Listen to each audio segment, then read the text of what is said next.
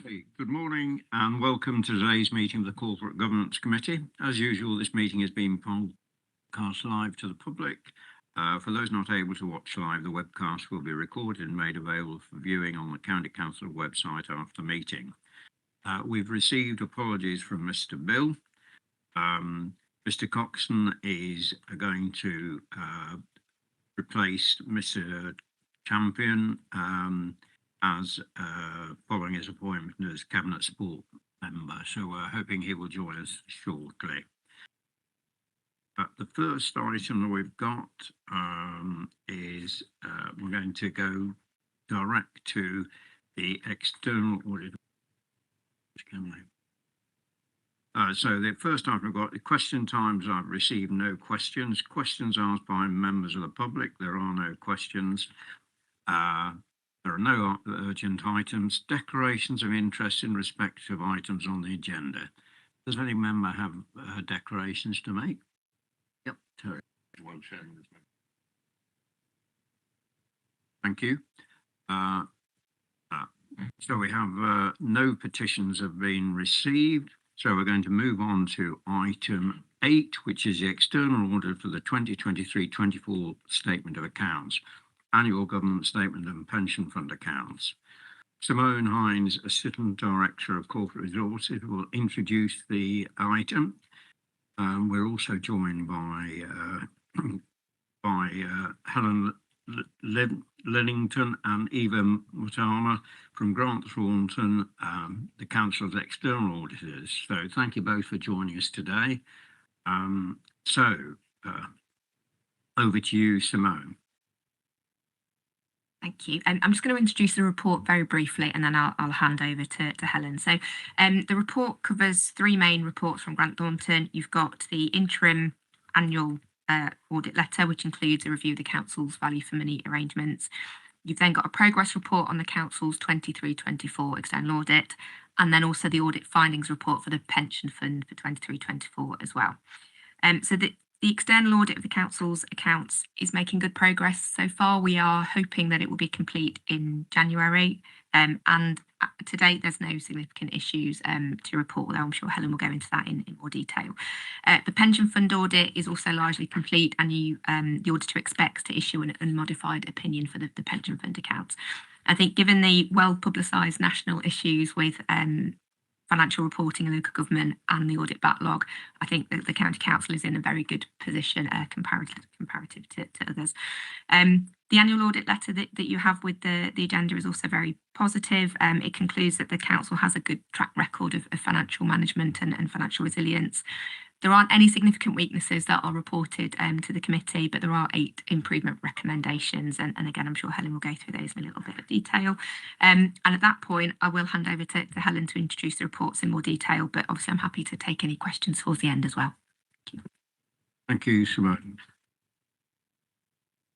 Helen. Thank you and good morning, everybody. So yes, you'll hear from me this morning on the auditor's annual report particularly, and then I'm going to let Eva talk you through the progress we've made on the financial statements, and also Eva will talk you through the pension fund audit findings report. As you know, I'm the engagement lead for the County Council, whereas Grant Patterson is the engagement lead. He sits on the pension fund. Fortunately, Grant is stuck in traffic this morning, so apologies from him. I'm going to take the auditor's annual report as read, but I'll just walk you through some of the highlights. So as Simone said, this essentially pulls together our work on the value for money part of the audit. It does make reference to the financial statements, in as much as obviously financial statements are a good indication of governance arrangements and arrangements that you have in place at the council, so they are intrinsically linked. And if we did have any particular concerns around those, we'd raise that as part of the governance aspect of a value for money. It's pleasing to report that at this stage we don't have any of those issues, and the key reason the report is highlighted as an interim one is to allow for the fact that we haven't quite concluded our work on the financial statements. So if our initial assumptions around where we think the audit will land isn't correct, then we'll need to go back and just update for the final part of those financial statement audits. But as Simone said, that is looking very much on course to be completed in January, which is well ahead of the backstop date of the 28th of February, which I'm sure you're all aware of.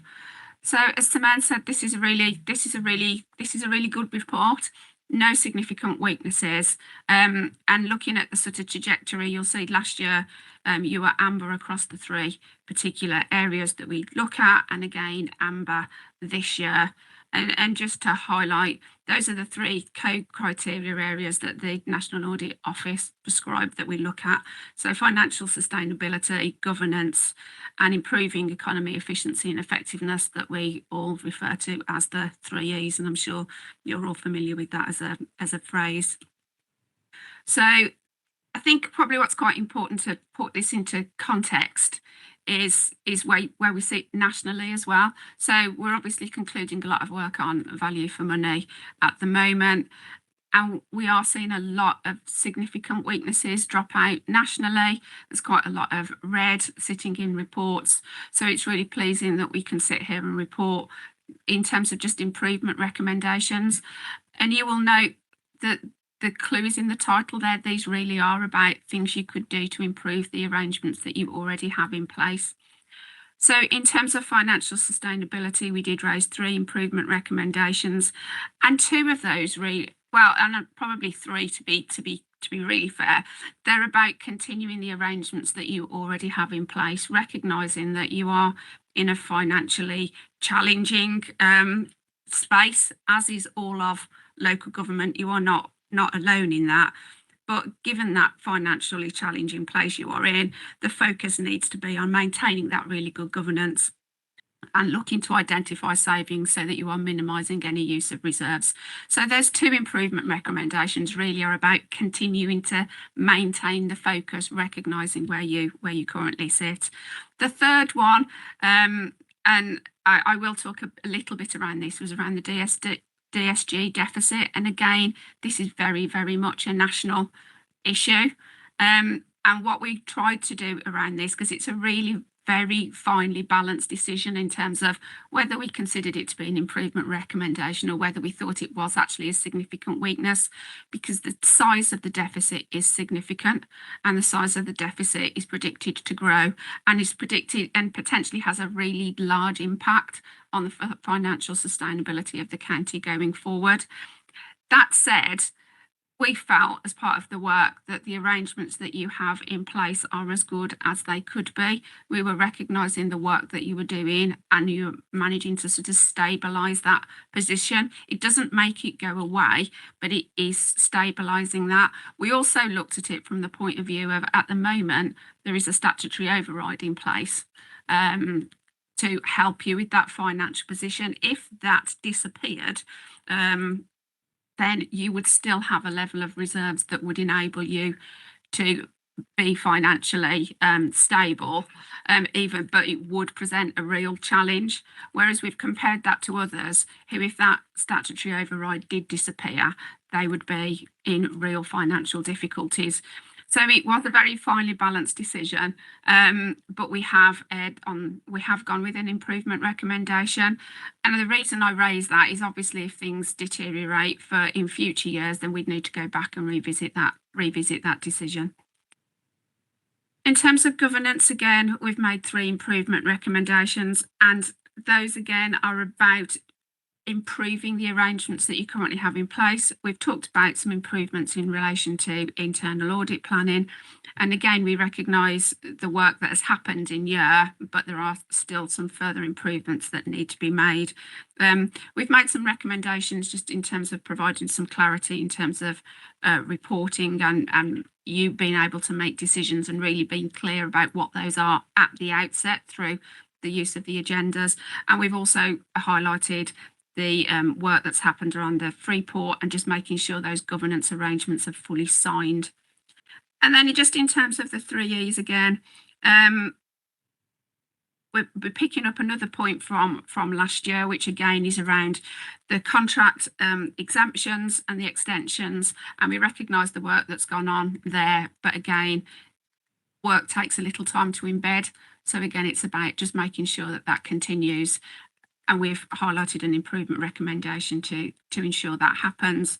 And then the final one talks around the achievement of the target around issuing of EHCPs within that 20 weeks. And you'll note from the report that actually progress has deteriorated in that area. Again, this is another national issue, so you are not alone in this, but recognise that steps need to be taken to continue to improve that. So that was a bit of a sort of canter through, and probably this is the moment for me to pause and give you the opportunity to ask any questions. Thank you very much. Thank you very much, Helen. Has anybody got any queries or questions they would like to ask? I mean, it's a fairly positive report, and the problems we have, as you can see, are not unique to Leicestershire County Council. In fact, we're probably better than a lot of councils. Does anybody have a Terry?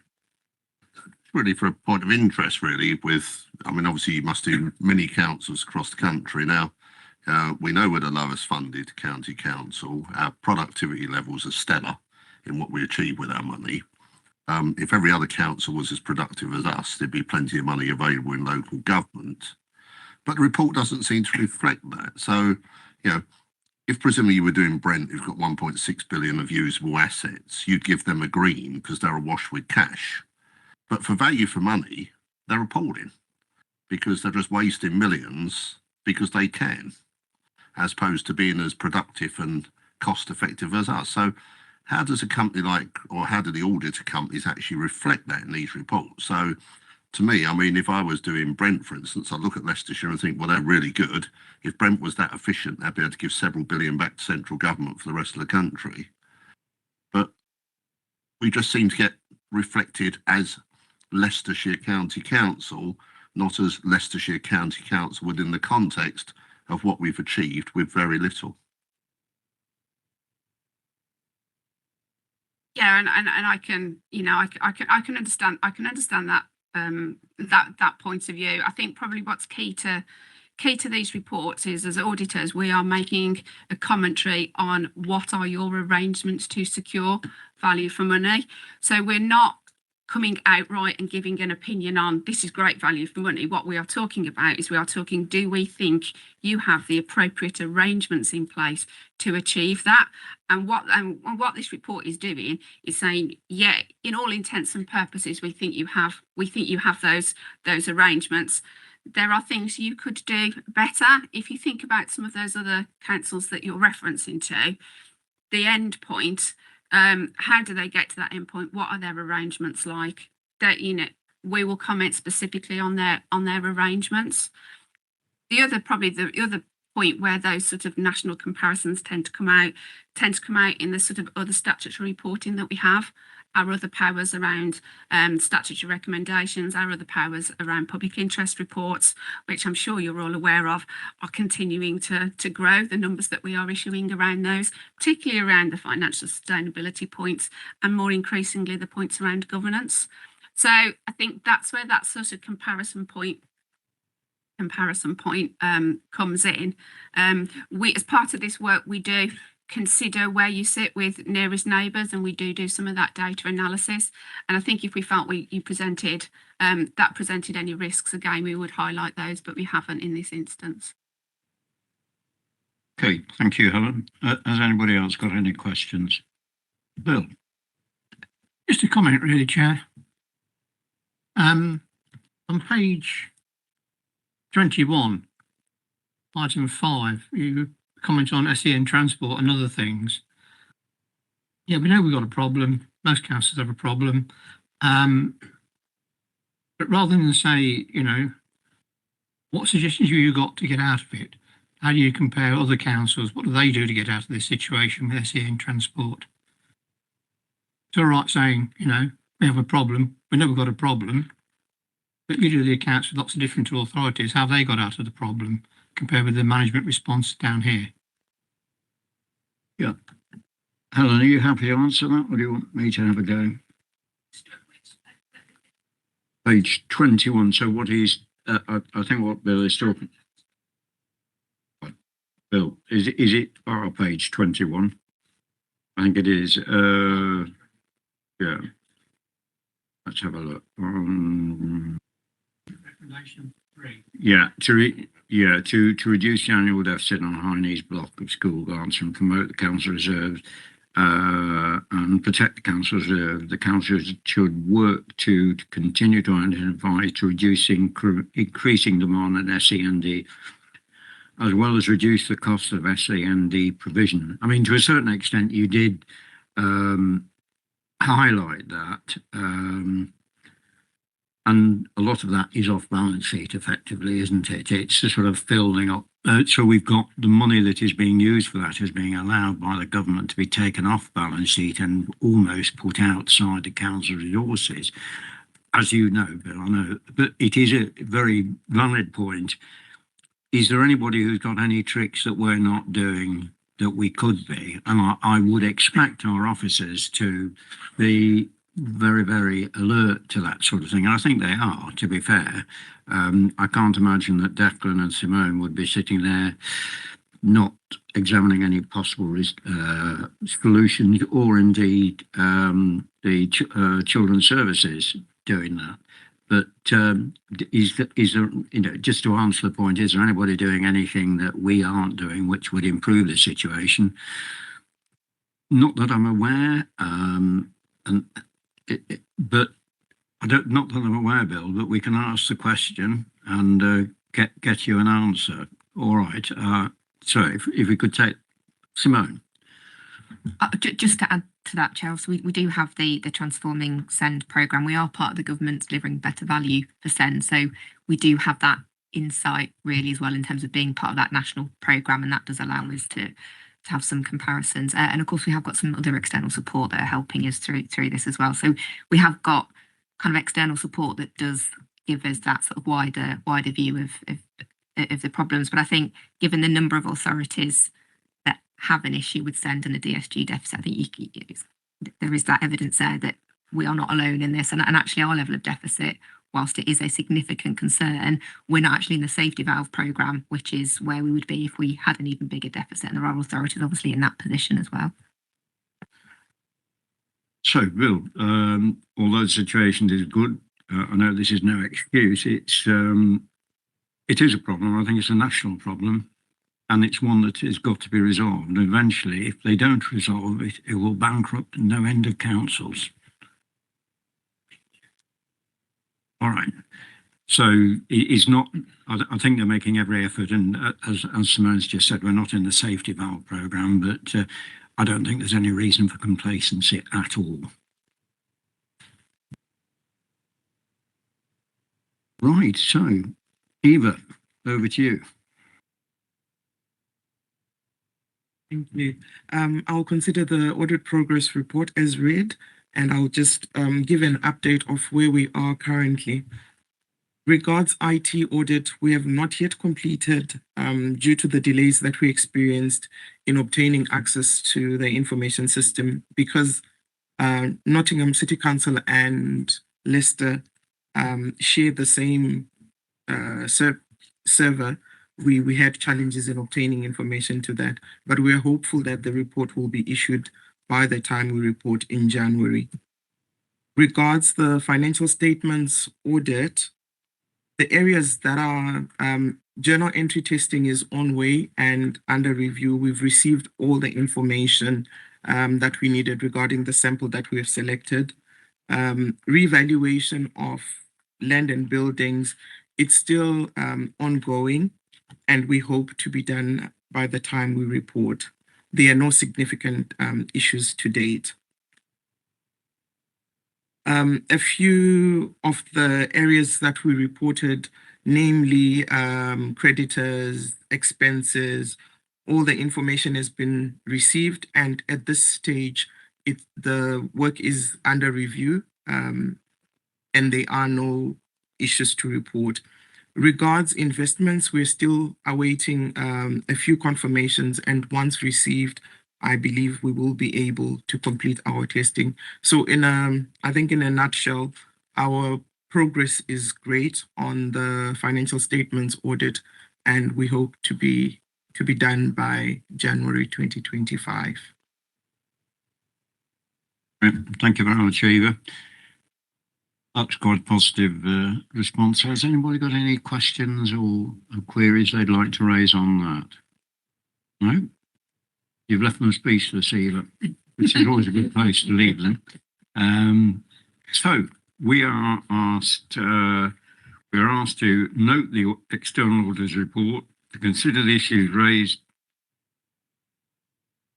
Helen, you want? Sorry, I'm being a little premature. Sorry,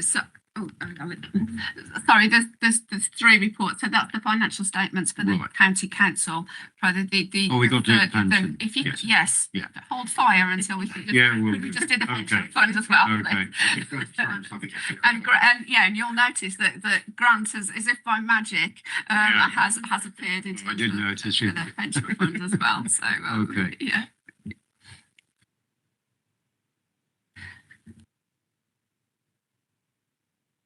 Sorry, Chair, I wasn't quite sure if there was a question coming in. So.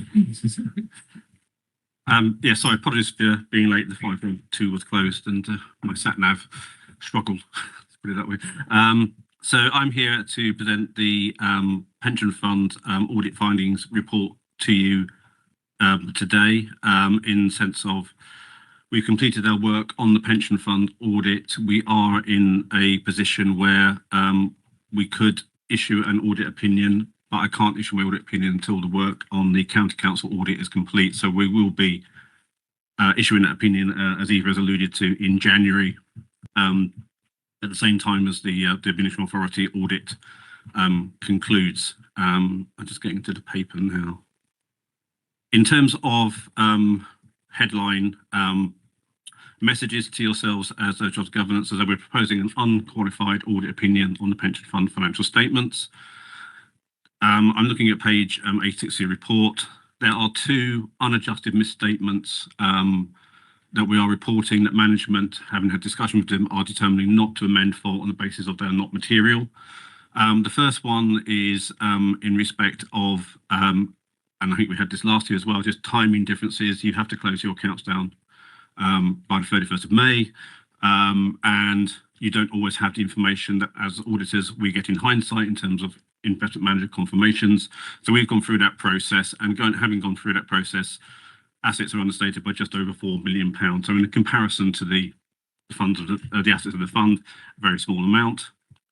And then the second one was you have some investments in forms of loans and which you're owed interest on.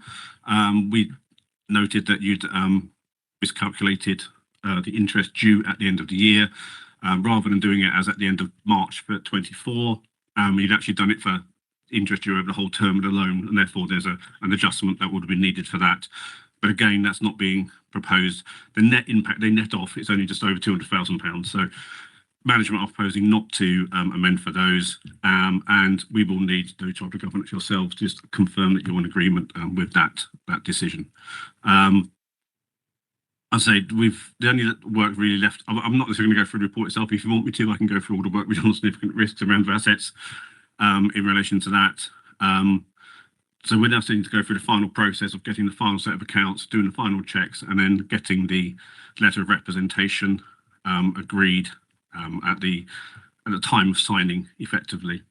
So the only extra declaration in the letter of rep that you'll be asked to approve at some point is in relation to that not an unadjusted statement. We're not asking for any additional declarations.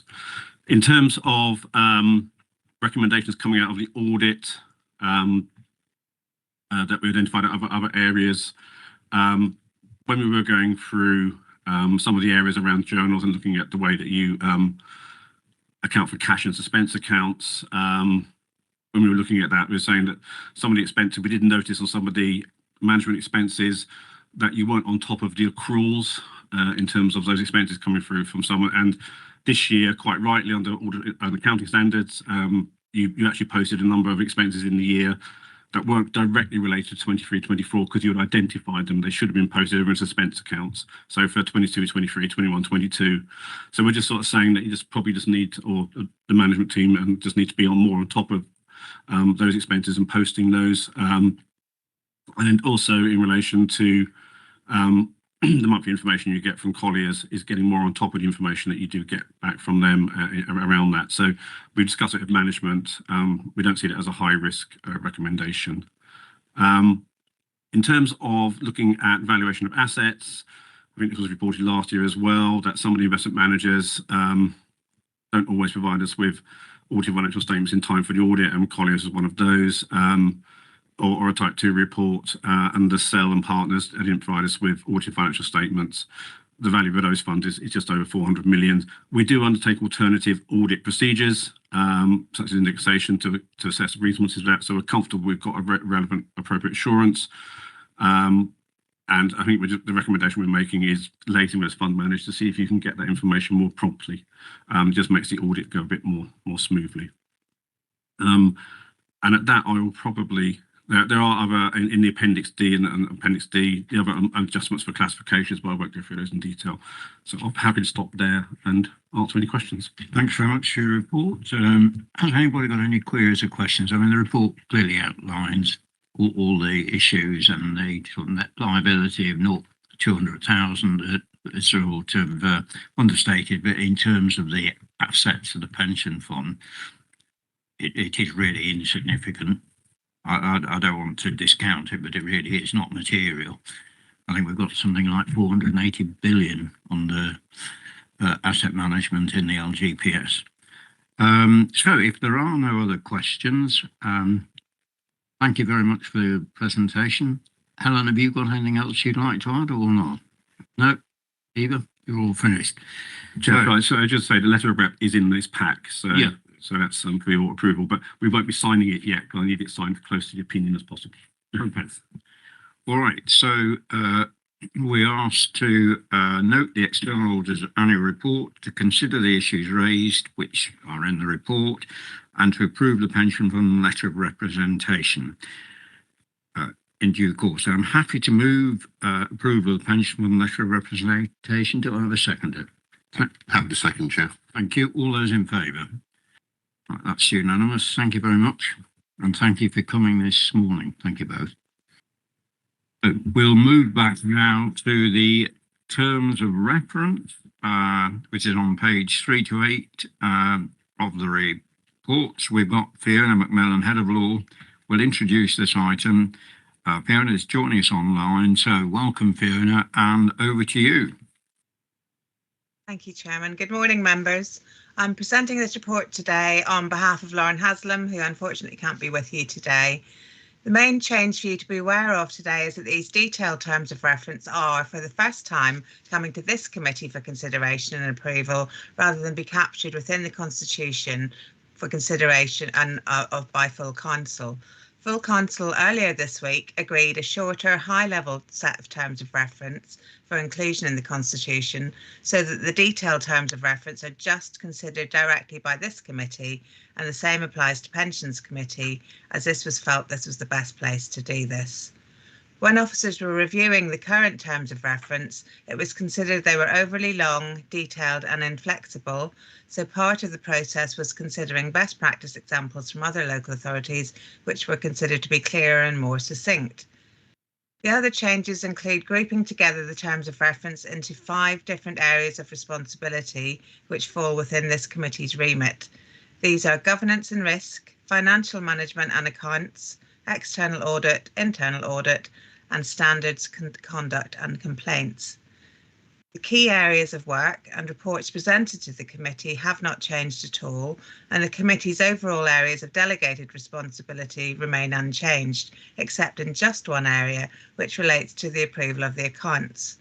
The revised terms of reference now require that the statement of accounts come to Corporate Governance Committee for approval instead of going to the Constitution Committee, which ties in better with this committee's consideration of the external audit of the accounts. Having to take the accounts to another council regulatory body was considered an unnecessary step that did not add any value to the process and is the standard process adopted by most other local authorities. I hope that highlights the changes for the committee, but I'm happy to take any questions. Thank you, Fiona. Has any member of the committee got a query or question? Terry. Just really thinking ahead, Mr. Chairman, to governance and risk 2.4. I just wonder, as it is the council elections next May, is that something perhaps this committee needs to consider about what the member training regime could look like to help assist new councillors or the new council take on? Because, I mean, I think we all agree it's a vitally important committee. We need to be on the ball. I mean, there will always be quite a high turnover of councillors. I just wondered, do we have a sort of draft training schedule that would be applicable to members of this committee that perhaps we could consider so it's in place for new members coming in May? So, Fiona. Well, we do plan ahead very much for induction of councillors following the county council elections in May, and the Corporate Governance Committee will be part of that. And clearly there are some key committees that it's important that the training and skills of the members is appropriate so that members can properly take part in the committee, and corporate governance will be one of those. In terms of specific plan for induction for new corporate governance members, I haven't got that. I can't directly refer to that today, but you can be assured that that's all in hand in terms of preparation for May. Sure, I would just thank you for that. I mean, it's just that in my time on this committee, we have had to do more and more, know more and more, and I just, reflect on the training I first got many years ago, and I'm just thinking those that replace us, making sure they're, up to doing the job because they've had the appropriate training. But thank you for the fact it's in hand. That was very bad, was it? In hand. So, basic training, I believe, is actually compulsory for every member of the committee. And there's no doubt about it, the responsibility of this committee is getting more and more, and we can't point to Cabinet or Council or anyone else. It is the primary responsibility of this committee and the councillors on it. It's no good blaming officers if things go wrong. We are directly responsible. And I think most of the councillors are aware of that, but it's becoming more and more clear. So thanks very much. Has anybody else? Neil. Thank you, Chair. I had 2 points to raise, but one of them was in relation to training, and I thank Terry for highlighting that issue. The other point I wanted to make was when I was reading through the paper, I thought it was a timely reminder just as to not just the breadth of what this committee does, but the depth as well. Terry just alluded to his time about this, the members needing to do more and know more. I just want to echo that. It is a very responsible committee, and training is absolutely key. And one would hate to think that we're going to be losing through retirement some extremely experienced members from this committee. And, as we look to the future, we've really got to try and get some sort of future proofing and have some sort of key training program in place due to the key responsibilities of this committee. Thank you, Chair. Thank you, Neil. I absolutely agree. It's no ducking a question. This committee is directly responsible. Scribes. Thank you, Chair. Well, as a relatively new member of this committee and an independent member of the committee, I certainly found that the training provided was very, very good. But I would very much echo what was said in terms of the breadth and depth of the things that the committee are having to look at. And I certainly feel, particularly the responsibility for myself and Mr. Maxfield as independent members as well, for us to be really up to speed in terms of everything that's actually happening, particularly as you were mentioning earlier about the responsibilities of this committee and where responsibilities lie here. for a whole range of exceedingly important issues, around finances, etc., etc. So I would really echo that one of the things that I've been very aware of is the expertise of the current members of this committee. And I do recognise in a political situation that is always open to change, and you will get sort of key inflection points, shall we say, and the elections will be one of those. So, in the absence potentially of some continuity, you do actually need to make sure that training is absolutely vital in terms of that. Thank you. Thanks for those points. If we have no other queries or questions, so we're asked to agree the terms of reference attached to the report. I'm happy to move this recommendation. Do I have a seconder? Have a second, Mr. Chairman. Thank you. All those in favour? That's everybody. Thank you. That's some good points made there. I think very valid. We now move on to item 9, which is the risk management update. Report is being presented by Neil Jones, Head of Internal Audit. But first, we have a presentation on the risks related to recruitment pressures and the costly use of agency staff. We are joined by Andrew Stewart, Head of People Services, who will provide this presentation. So we'll just give Andrew a second to sit down and get himself sorted out there, and then over to you when you're ready, Andrew. Thank you, Chair. I'll just load up the presentation.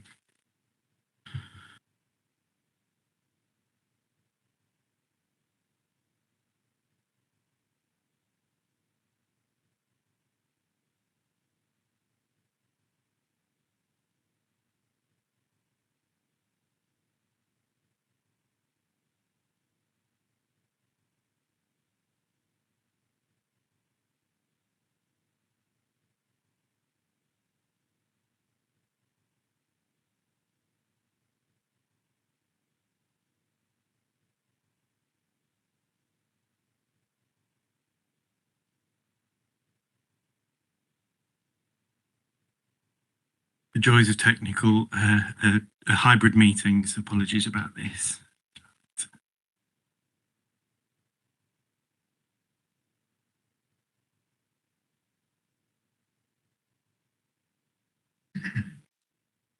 So thank you for having me, Chair. Good morning to everyone.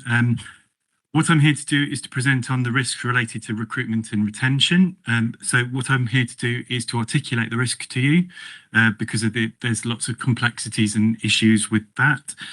What I'd like to do is present a brief strategic overview around the evidence that we have and the analysis that we've done around that, and then to give the committee some assurance, give the committee assurance around the mitigations that we have in place in order to mitigate the risk around recruitment and retention issues and the increasing agency spend.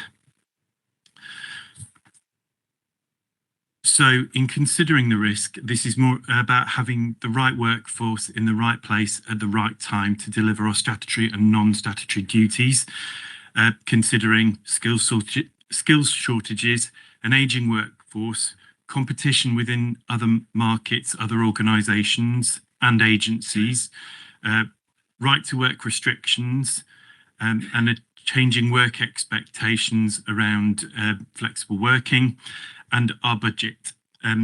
The ultimate impact on this is that there is an increased costs across the organisation and an increased cost in agency spend. So in terms of just giving you a little bit of context around the workforce, we employ just over 5,900 people in the organisation. And how that's broken down in terms of the workforce looks at, I was looking at the demographics. So we have a significant size of the workforce. All of these demographics have slight impacts on the way that we deliver our workforce, but we are broadly representative of the communities that we serve in Leicestershire. But I draw the committee's attention to age being a significant risk factor to the organisation, as about a third of the workforce is within 5 to 10 years worth of retirement age from that perspective.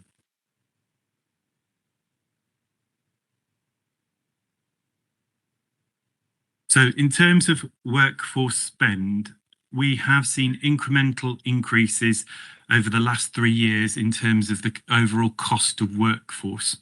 So, and as such, we've seen an incremental rise in agency. Looking at agency spend in isolation, you'd see that we have increased year on year as part of that, but I wanted to make it clear in the graphical representation that that is proportional to the overall spend in terms of workforce. That has been done for a number of reasons. In terms of costs are increasing nationally with the National Pay Award, demand is increasing, but in terms of the mitigation, we are planning for these increasing costs. As we've articulated in other reports that have come, we are a well-run authority with a focus on performance and productivity. The agency spend is planned and forecasted as part of that, and we would expect agency costs to be double in terms of what we would have seen had we not put mitigations in place. I also wanted to draw your attention to the number of market premiums that we offer to the staff at the moment. This represents about 10% of our workforce that have some form of additional payment in terms of what we're trying to deliver against. And this needs to be borne in mind with the cost. So we pay a little bit more in terms of the recruitment element of this in order to mitigate some of that. We cost this as part of that, and then this is also reviewed and challenged on a regular basis within the organisation. So this also, because it's the cost of going out, if someone leaves the organisation, there is a cost to recruit, including the cost of going out to agency if we need to fill it in the temporary basis.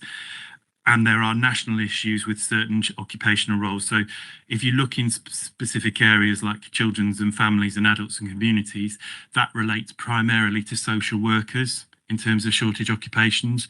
And you look in environment and transport, there is a lot of needs for engineering roles and specialist roles in those areas. So that's where the number of where these market premiums actually are attracted to. So I'm the head of people services. So as part of some of the business as usual that we do on a day-to-day basis to support this is we're looking at how we can reduce the amount of time to hire and time to fill roles, whether that be on a permanent or temporary basis, to make sure that there's no impact to the services and the communities that we serve within Leicestershire. And we have been looking at our recruitment systems about how we can make more effective use of the data that we have. We're supporting with regards to fill shortage occupation roles. So there's been work historically around international recruitment and, as articulated before, the mitigation around market premiums. But this is also looking at things like job design, succession planning, apprenticeships to bring younger people into the organisation, and recruitment and retention incentives as part of that. I just wanted to go a little bit into terms of employer branding as well, because increasing the speed at which that we recruit people into roles comes with a little bit more risk in terms of disclosure and barring service checks, DBS checks, visa restrictions. We have seen increasing complexity around some of those areas, and we're looking to mitigate them by providing specialist resource within the function. And this also then mitigates claims of discrimination and equal pay claims. So we're doing gap analysis and other auditing and other processes like job evaluation as well that give us assurance around how we're grading and paying staff. And then in terms of the wider organisation, we're on a continual improvement journey. So what I would say to you is that we are doing a lot around this to mitigate the risk. But could we do better? Yes, we could. Are we on a journey? Yes, we are from that perspective. We have introduced factors to mitigate the risk of agency spend around there is director and DMT sign off on vacancies and agency spend. We're also doing some confirm and challenge, so that spend is then reported back into the departments so they can see what they're spending and how they need to be reducing it. We're also leveraging our partnership with Reed as a single agency provider to try and make things are done through a framework, and so that we can reduce the overall spend through our purchasing power. We're working on national and regional initiatives, specifically referencing the children's agency workers requirements that are coming into place, and we're looking at how that can impact the workforce specifically within the children's department. We have done some work this year on relaunching and refreshing our people strategy. So we're looking at how we can improve our recruitment and selection processes, and also how we can support with workforce planning and workforce development as part of that. And we're also looking at how we can build capacity to run our own careers fairs to support the application process, specifically looking to redress the younger people into the organisation to redress some of that balance. And then, as I mentioned before, we're looking at reducing the risk of compliance so that we don't get it as an employer brand. We're giving you assurance that we're protecting you, the organisation, from any claims or reputational damage from any HMRC fines or any issues where we have failed to meet some of the duty in terms of the recruitment process. And then also working with the departments on reducing agency spend where we're struggling to fill roles, about what can we do differently to fill that, whether that's a change of skill mix or whether that is that we need to be looking at market premia as part of that, looking at roles like social work. So in conclusion, we know where our areas that we need to focus on in terms of compliance. So because we do the reporting around agency spend, we can see where our high levels of spend are, and we can support our departments in order to redress that balance, to see what we need to do differently, and also support them with regards to the national issue about rising costs for the workforce, because we are seeing that we're having to reduce costs across the board, but that is and we're looking to do that for agency at the same time. And in terms of has that been affected, whilst our agency cost has increased, I would say that we would have seen it doubled had we not had the mitigation that we have in place, in terms of my assessment of what we're doing going forward. So that's the end of my slide deck. I invite for any questions at this point in time. Okay, so thank you very much for that presentation, Andrew. Has anybody got any queries or questions? Neil. Thank you very much for the presentation. Very illuminating. I'm interested, obviously, in the area of risk that you've highlighted concerning the shortages of particular occupations, such as social workers and those in engineering roles. Presumably, these are national issues, and other local authorities are also competing for the smaller pool, and presumably those other local authorities are also offering the incentives, as you've mentioned. So just how difficult is it really going to be in order to minimise the risk? Are we seeing evidence of some improvement in terms of recruitment in these areas where we have such a shortage?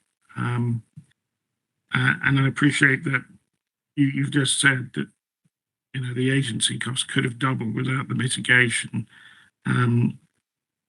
That presupposes there's been some improvement in terms of being able to recruit from this shrinking pool.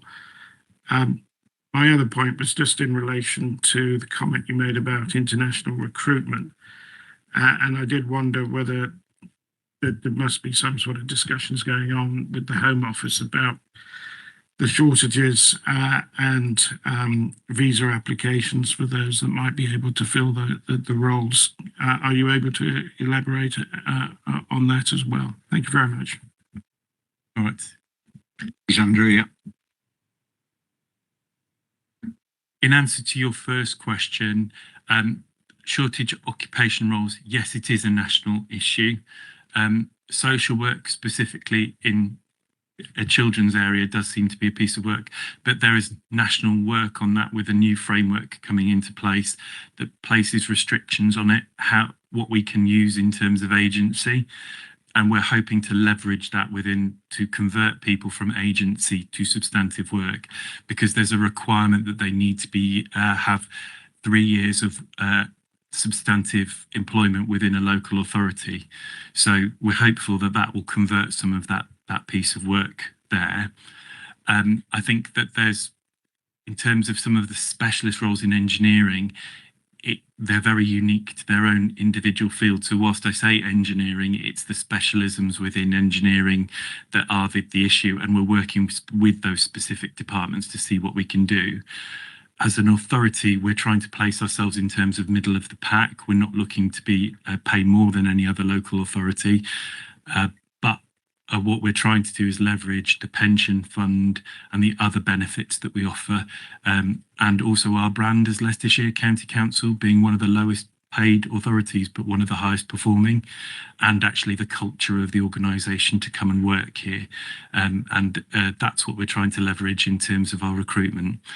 In terms of your second point with regards to the Home Office, I'm not aware of any specific things at this precise moment in time, but as I say, that there is national work in specific pockets like social work, but I can come back to the committee and provide a little bit more detail on that if that's useful.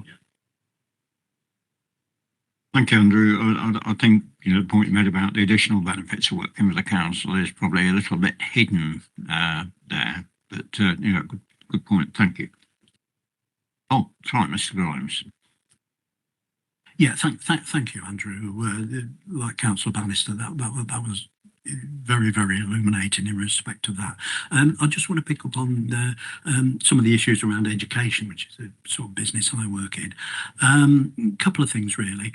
We talked earlier about all the issues around SEND, and I think part of the problem around some of the SEND issues is around the capacity and the recruitment of people such as educational psychologists, etc., etc. And that seems on the ground level to be having quite an impact and pushing across into, obviously it was talked about in terms of financial terms, but it's also talking in terms of delay terms around recruitment there.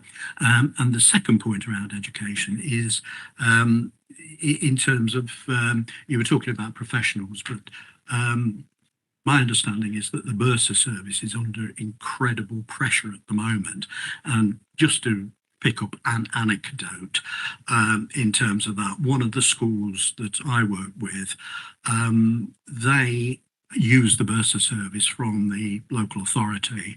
The bursar that was assigned to their school left the service. The service, I gather, is under a tremendous amount of pressure. And what has actually happened within this school is that the bursar used to come in weekly, work with the head teacher and the office manager, sort things through. That service now is reduced to that they come in monthly. And the anecdote part is the head teacher has had to bring his mother in to sort out the invoices. His mother's qualified to do that, but it created a bit of a, shall we say, a stir around the table in terms of school governors actually saying to the head teacher, is that what you are having to do? Recruit your mum to do that. And he said, yes, that is what I'm having to do. The Bursar service is still there for coming in once a month. And obviously the terms of the agreement is having to be revised around that. But it just struck me that's an illustration, a practical illustration, as I say, and it is anecdotal. But I also gather that there are pressures, and that is, if you like, an on-the-ground response to professionals, it being very difficult to recruit, because I understand with school bursts, etc., the authority is losing a lot of these people to multi-academy trusts, for instance, things like that. So it was just really, sort of picking up those two issues around that. Andrew. Thank you. I think With regards to educational psychologists, I probably would need to pick that up outside of this meeting, if that's okay, because it relates to a specific service and given the detail, because I probably need to go away and have a look at that. It is recognised that educational psychologists is one of the specialist areas where there are problems to recruit. I think it's the time to, and going to your second point, it's about the time to recruit and making sure you're doing recruitment checks properly, because there's a short-term impact of recruitment and a longer-term impact. So bringing your mother in might be a short-term solution, but it definitely isn't the longer-term element of it. And what I'd say to you is that it's we are struggling with the financial implications of the cost of the workforce. It's becoming harder and harder to deliver that named person to support you as part of it. It's just being clear on what the service level agreement that we have and making sure we're meeting that in terms of what's the expectation. So if the Bursa service has got a service level agreement, we are responding effectively in a time, we're responding how we should be in that timely manner. But that's where that's what we're seeing in terms of the pressures of the workforce and the pressures of the finance are reducing our ability to give that personal level of service. Thank you. Thanks, Chair.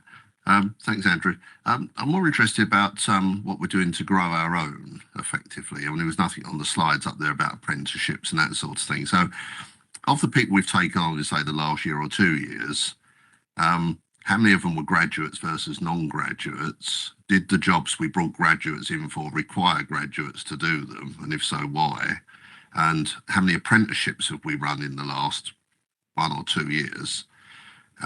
Because it always strikes me quite often that you know, we put down that I think we're in danger in this country of having education apartheid, a bit like Germany, really, where they've moved their class system from if you've got money or not to if you've got a degree or not. And I wonder if we're missing out on lots of valuable people who may not want to go and get a degree, but we could train up through an apprenticeship or something to do something worth. And this is across all industry. I mean, you know, I could not get to the level I got to in my previous employer these days because I don't have a degree. Now, does that make me unsuited for the job? I don't think so. So are the opportunities we're missing out on because of perhaps the requirements we're asking for that may not be necessary? Am I right to respond to that, Chair? Yeah. Yes, please. So very good point from that perspective. I think that is where we need to be developing. I haven't got the detail around the apprenticeships, number of apprenticeships, but I can certainly come back to you. My view is that we are very good at recruiting to roles that require degree and graduates. It is that entry level that and the progression from the entry level that we need to be focusing on, given the age demographic that I've shared with you. We are doing some work on apprenticeships, so that is we're looking at how we can deliver that in a more meaningful way, but it is also looking at how the departments can, if they're not able to recruit to these roles, can they redesign some of the roles to include apprenticeships?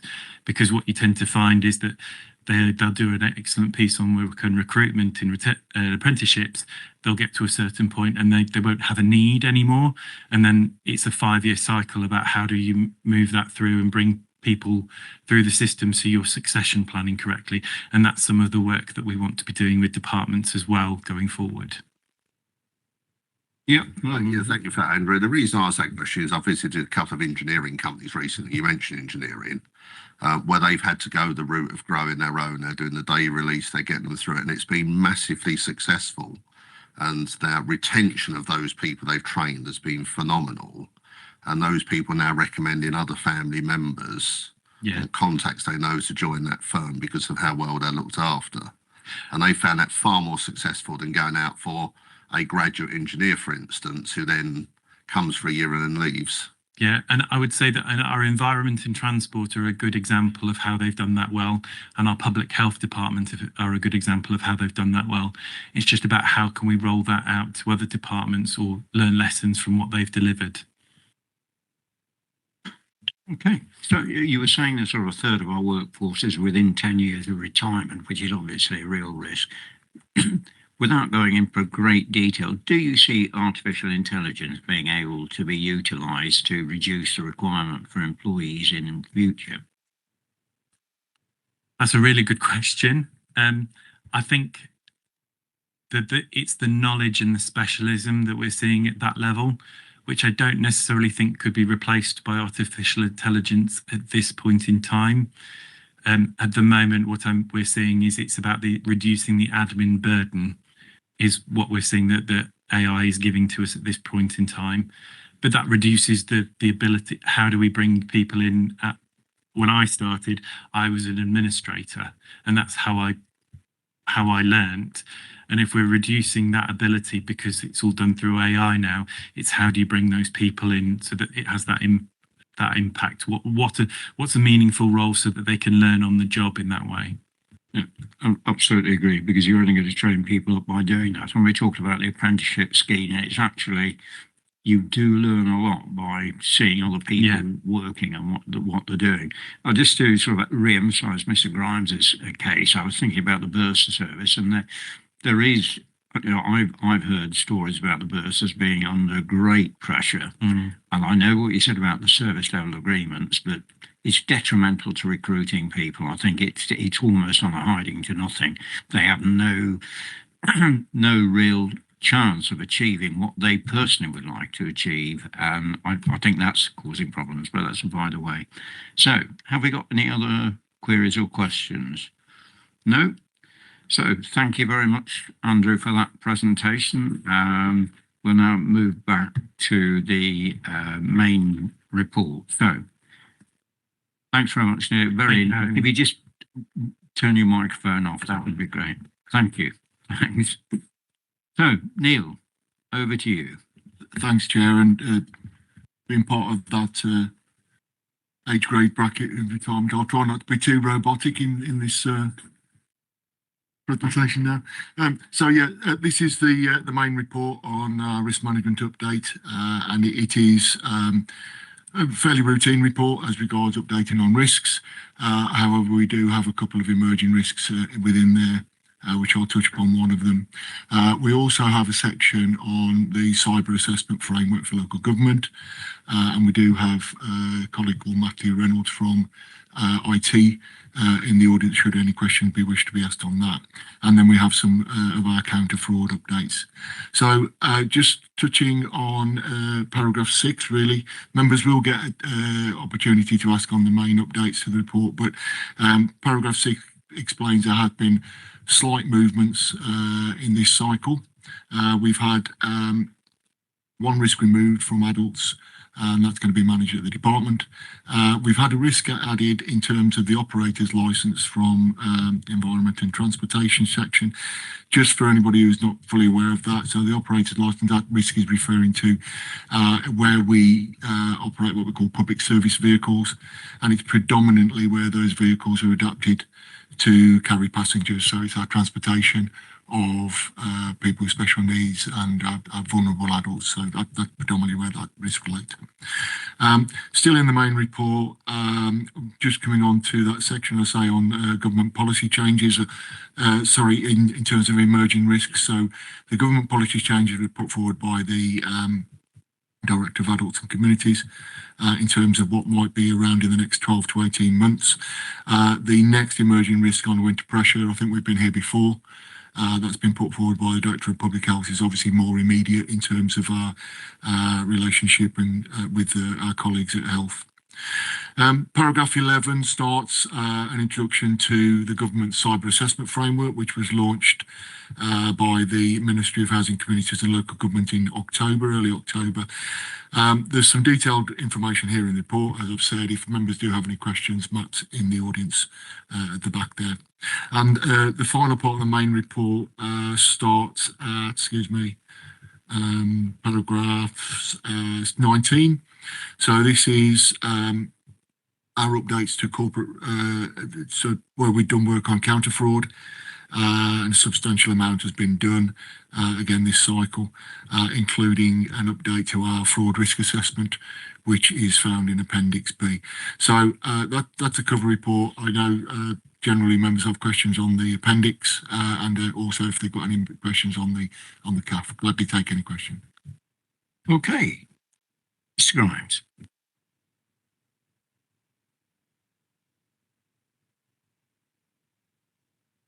That helps, doesn't it? Yes. And probably won't be surprised. Section 36 school fraud risk. I very much welcome what is actually happening around the raising the awareness of cyber risk within the educational sector.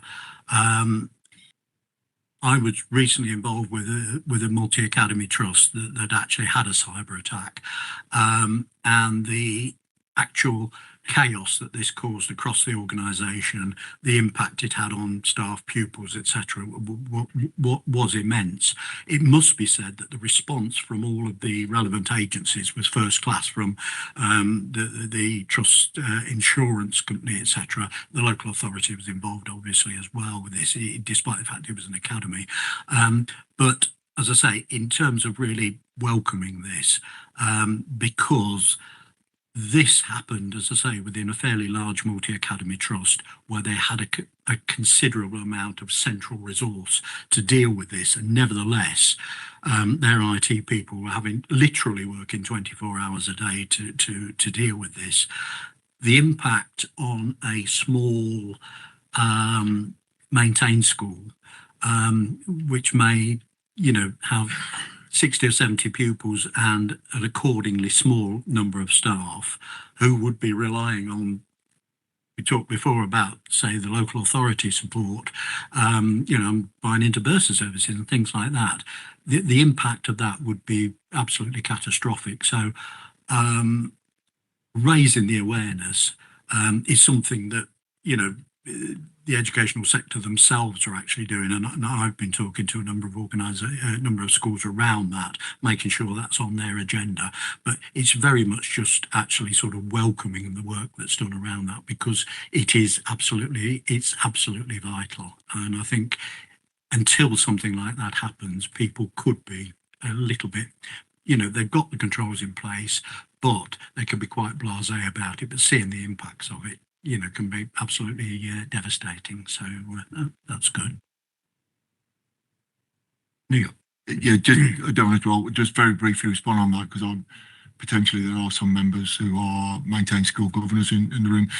So it does allude in there to our colleague, our IT auditor. She has made contact with children's colleagues in the governor's support now, so they are looking at a programme of work to keep the momentum going. Because although the police exercise, the police day was fantastic and they came away with bundles of information, it's as you withdraw, it's just leaving them in the dark sort of thing. So it's only maintained schools. We don't provide to academies, but if you're a governor of a maintained school, then there's some hope that there will be a programme of self-assessments and follow-up checks.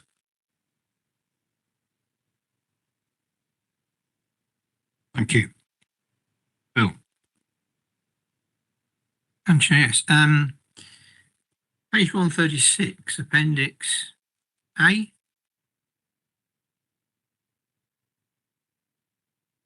Our usual concerns regarding adult social care and the care providers for that. Expect to remain highlighted. Yes, but also we've got here a comment about 18 care homes closed down. Is that over the 12-month period? And that must make some schemes rather overused. If it's just 18 down, there's a lot of people there involved, and it's got a comment here about new extra care facility being thought about. I'd like to explain on that at all. Page 136, Appendix A, 7.3.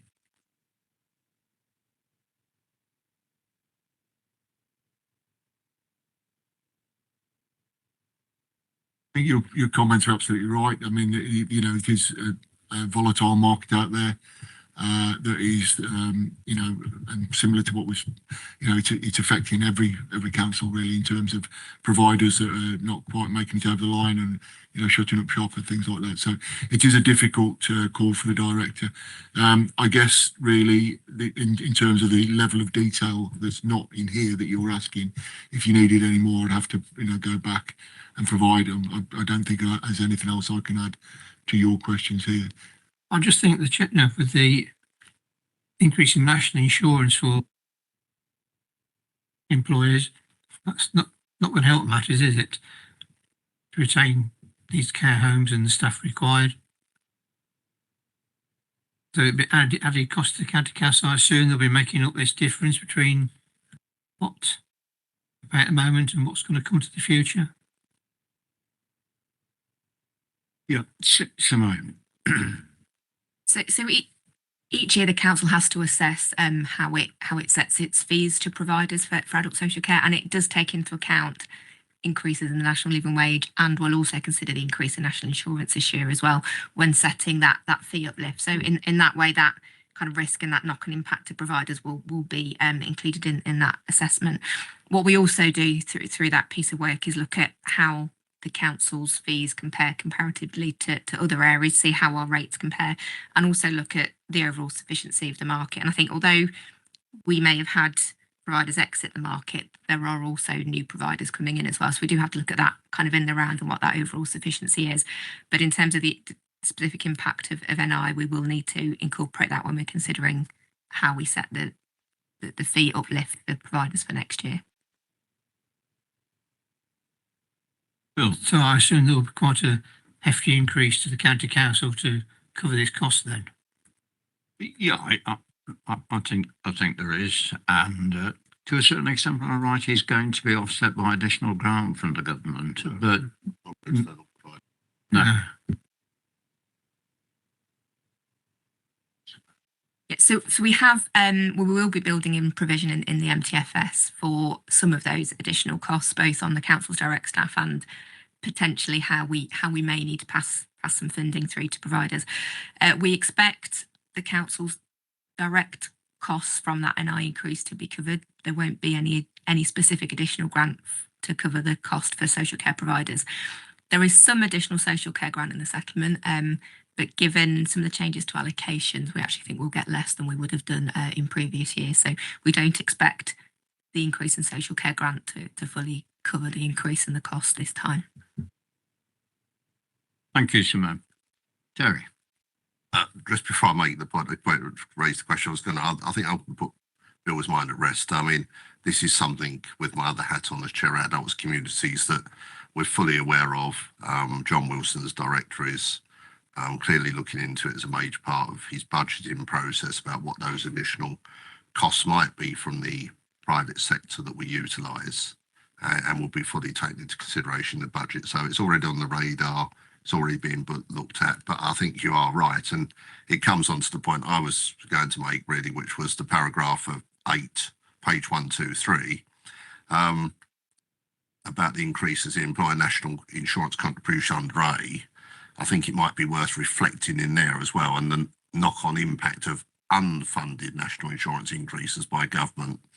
And also, I just wonder if there should be an E there as well, because one of the points that I know that John and the senior management have been looking at is the lack of nursing provision funding from the NHS to Leicestershire compared to other counties with the lowest by miles. So I just wonder if there should be an E on the bottom there about adding that in. I don't disagree at all with the emerging risk. I just wonder if it's greater than that, with if nursing care provision is required to be unfunded by the NHS when it should be funded, that puts an additional strain on us.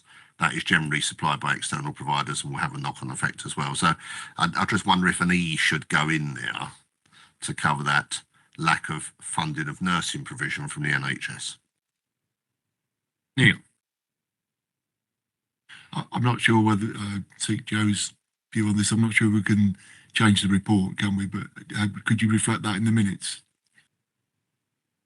Yeah, and presumably if it is considered a real risk, we're going to put it on the risk register next time round. I'll certainly put E, whatever the wording was, E about back to John. That's great. Thank you. Thank you, Terry.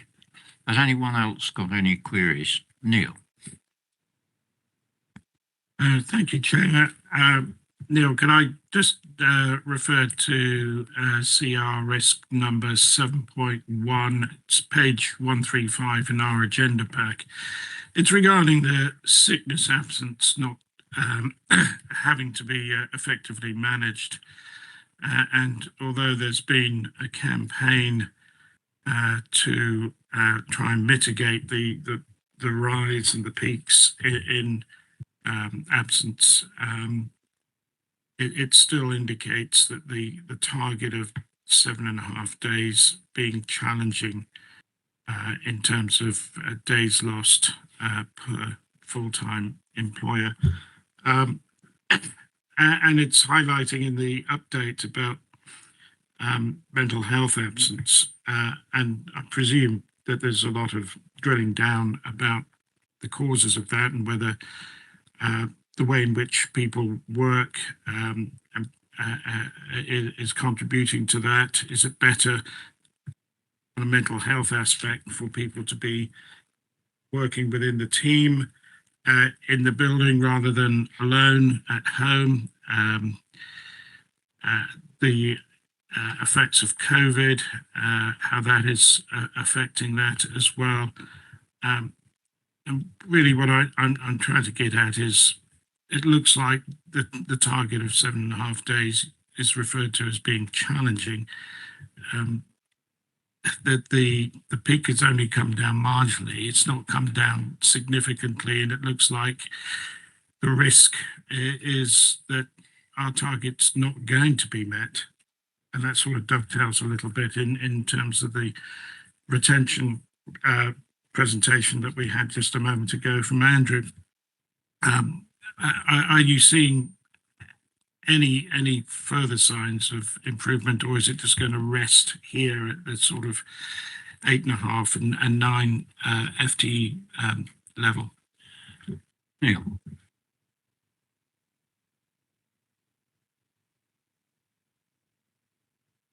I'm not sorry to throw this on Simone again, but from a management team perspective, Simone, I know that you get, certainly for corporate resource, you get very detailed information, don't you, broken down as to how the cases have arisen, whether they're long term, what's being done to manage them. So there's a lot of information that is taken to each management team and presented by business partners there. But is there anything that you can add to how that will be rectified, other than it's just, you know, working through each case and keeping on top of each case and supporting the managers to, you know, to help them through the case? Because my team has just had a very personal, you know, case close to our hearts, and it's been very difficult for the manager to you know, manage that through over a long period of time. And we relied upon support from HR colleagues in HR and our senior management to do so. Otherwise, it would have still been going on now, you know, sort of thing. Simone? Yeah, Neil's probably covered it, to be fair, in that there is a focus on sickness absence. There is regular reporting and oversight from HR through to sort of line manager and then senior managers, and an escalation route if needed. And I think there's also a slightly different focus actually on short term compared to long term sickness, because it does need a slightly different management focus as well. And I think whilst we haven't got it in front of us, I think our overall sickness position is probably reasonably good comparative to other local authorities. Actually, I certainly don't think we are an outlier or at the higher end of sickness. But there is quite rightly that focus on it as there needs to be in the reporting from HR through to management. Thank you, Simone. Neil? I suspect that these reports also feed through to the Employment Committee, and they can examine and make further inquiries of HR through the Employment Committee. Thank you, Chair. I forgot to make one further observation to the comment Bill made, because he specifically mentioned extra care facilities, which I don't know if you had an opportunity to visit, Bill, but they are wonderful places. In fact, our portfolio holder, Christine Radford, was bounding around television last night at Oak Court in Blaby. I think they've been one of the greatest innovations of the last 20 years. I had the pleasure of opening Oak Court along with Angela Rippon, Although we didn't dance, I stressed that, but they are a fundamental part of keeping costs down in the adults communities. And I think the more we can encourage those, because the difference it makes to people's lives. I had a friend whose mother went into Oak Court from living independently. Within 3 months, she was looking 10 years younger, doing things she hadn't done in the previous 5 years, and lived for a further several years very happily. So, yeah, I think it just shows the innovation coming through adults communities working with local councils now, which will help keep our costs down, although I accept that costs will inevitably rise even in such facilities. But I'd urge anyone to go and visit their local one. They're always open to let visitors come in. If you turn up on the door, they'll even, in fact, most of our restaurants which are open to you as a member of the public, you can go and use. Thanks, Terry. Much of interest, Chair. I have been to many of these. When I was chairman, I went round all the ones that opened at that time and all the care homes in the county as well. Nick, you want to make a comment? Just an observation on Mr. Bannister's point around, the impact of kind of mental health and potential isolation of staff and what we do around that. Because I think there is very much a focus, amongst managers to ensure that they do what they can to bring their teams together, bring them into the office so that you can kind of get that idea of where there may be issues potentially, but also, very much so that there's always facilities for those people who would prefer to be in the office. It's very much encouraged that, there's facilities here, they can come in if they want to, and obviously, kind of try and get that kind of wider support as well from kind of being in contact with others. So it is a focus. Thank you, Nick. Has no other questions or queries? No, we haven't got any other questions or queries. So we are moving to the recommendations on page 128 of the agenda pack. Regarding the recommendation A, the committee is asked to approve the current state of the strategic risks facing the County Council. I'm happy to move this recommendation. Can I have a seconder? Have it second, Chair. All those in favour? That's good, thank you. So that's agreed. Regarding recommendation B, we're asked to make recommendations on any area which might be benefit from further examination. Cybersecurity is obviously a huge risk, and I think Mr. Grimes has alluded to that earlier. So we're going to ask for a presentation on that, Neil. With regard to the recommendations C, D and E, can we take the update on the emerging risks, the launch of the cyber assessment framework, and the update regarding the counter fraud as being duly noted? Everybody happy? Yeah, thank you. So before we move on, just reverting to the agreement for the minutes, I propose that the minutes for the meeting held on the 16th September 2024 are taken as read, confirmed and signed. Is that agreed? Agreed? Okay, so on to the next item. Changes to the internal audit standards. Neil Jones, head of internal audit, is going to present this. So over to you, Neil. Thanks, Chair. I'll try to be brief on this. So it's just to provide the committee with further information. I have been back once before on 2 consultations which have now closed about changing audit standards, and really, the first part of the report starts paragraph 3 with the global standards have been introduced and they're applicable from 9th of January. I have included some information in the pack about how Grant Thornton have seen that, the changes to those and some useful tips in there.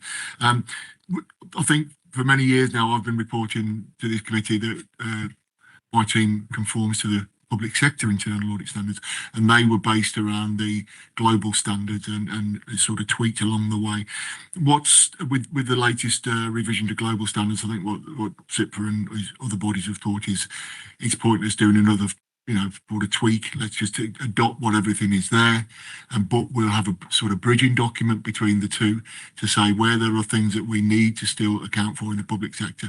So like when I bring my annual opinion to this committee, when we refer to our annual governance statement, the fact that there's an expectation for me to be qualified and have sort of good knowledge of the environment, they're not in the global standards. So there's a bridging document to make sure that we are going to adopt those into the standards we adopt. They're on target to be the new standards are on target to be implemented for local government from the 1st of April. so some time off yet.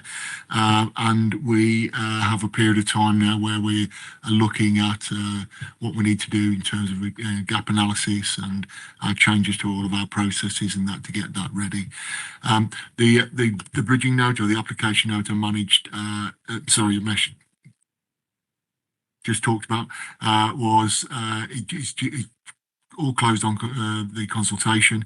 CIPFA have offered a Christmas present of getting that ready in final by December, end of December. So I will report back on the standards. There is going to be some impact in terms of implementing those. The second part of the report, really starting on paragraph 12, is again important for this committee. So one of those global standards makes it very clear that there's an essential condition around the governance of internal audit. So this is where the committee has a very important role to play. It sets the standards that it expects for internal audit in terms of how it wants to report through to a committee and that. It's slightly different. The global standards obviously doesn't take account of elected members and things like that. So again, CIPFA is proposing a sort of code of practice around this, which would capture the role of elected members in terms of an audit committee, if you like, in local government. And that is very useful in terms of supporting the role of elected members. And then there's also an element in there of having, in the global standards, of having a mandate for internal audit. We don't need a mandate in local government because that mandate is set in the accounts and audit regulations. We cannot not have internal audit in local government. So fairly straightforward. I was given approval by the chair to respond back on that consultation. I'm fairly comfortable with that code of practice. I think we're doing most of it already. And that some bits we will just need to tweak, but that it's some work to do, but that's by the start of April, I think. Again, that is due. It's gone through consultation now, so final version will hit us, and I'll bring that back to another committee. Appendix 4 I did send around with the actual my response back, and then I have sent a sort of audit update note which members have received this week in terms of a little bit of more explanation. But that was a brief whistle-stop tour through. But take any questions if needed. Thank you, Neil. Fairly clear report. Has anybody got any queries or questions? Terry. Yeah, thanks. So I've read through this. I won't say I understood it all. There's too much daft, ridiculous speak in it. I mean, I couldn't see in there anything I didn't feel we weren't doing and had been doing for years.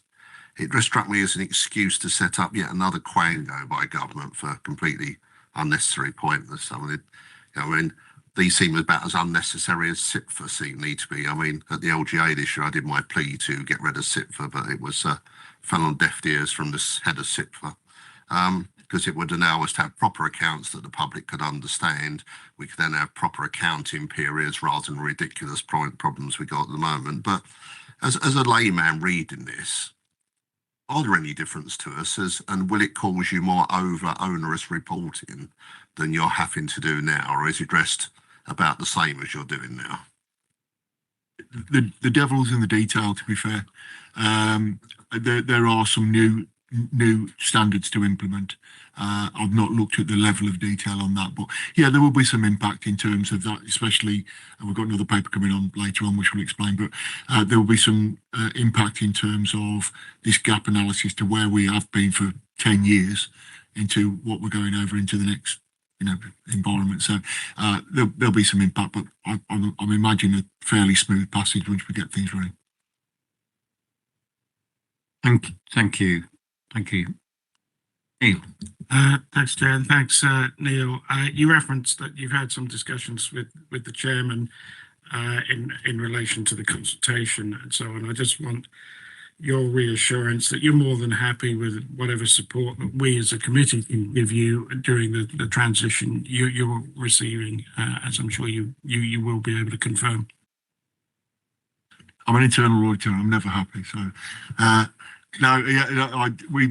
funnily enough, we had a conversation beforehand, didn't we, in briefing about how I see the role of this committee in terms of the County Council and how it has always provided support, always been very focused in terms of helping internal audit achieve its goals. So yes,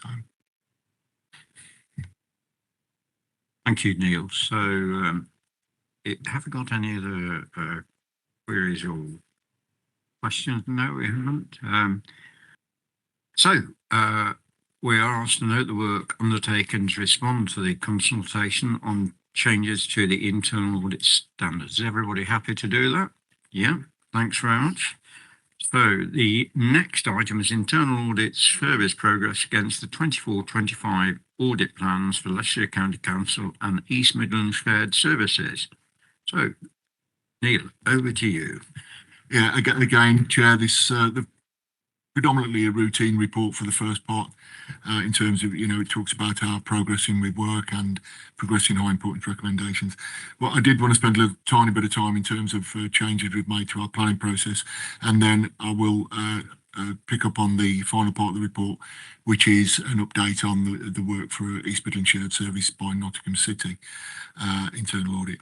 So I'm not going to dwell on the sections on the summary of work or progress, but on the high points, I'll take any questions on those at the end.